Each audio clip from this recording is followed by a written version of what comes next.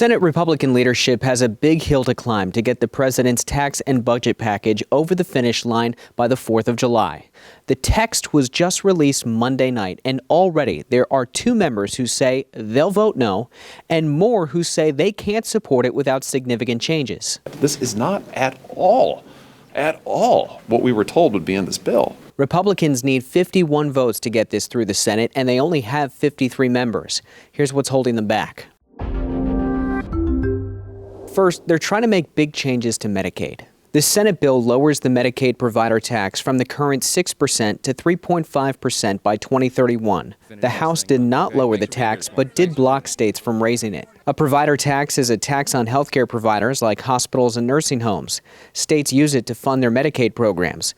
As long as states follow the criteria, the federal government will match those funds. At least 4 senators have spoken out against these types of changes to Medicaid. There's nothing in here for rural hospitals.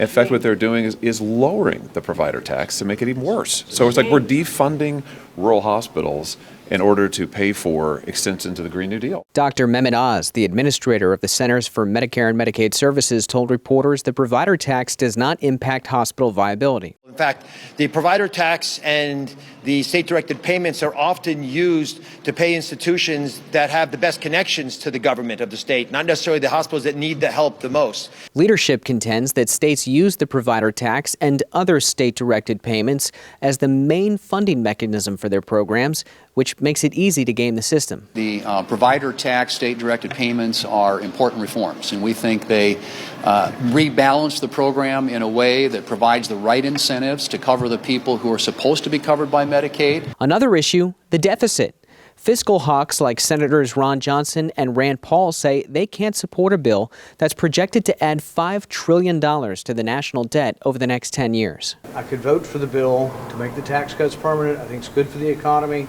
But I can't vote to add $5 trillion. If and when they get this through the Senate, the House will present its own challenges. Blue state Republicans there say it's dead on arrival unless the state and local tax deduction is quadrupled. I'm Ray Bogan for Straight Arrow News. For more reporting, download the SAN app.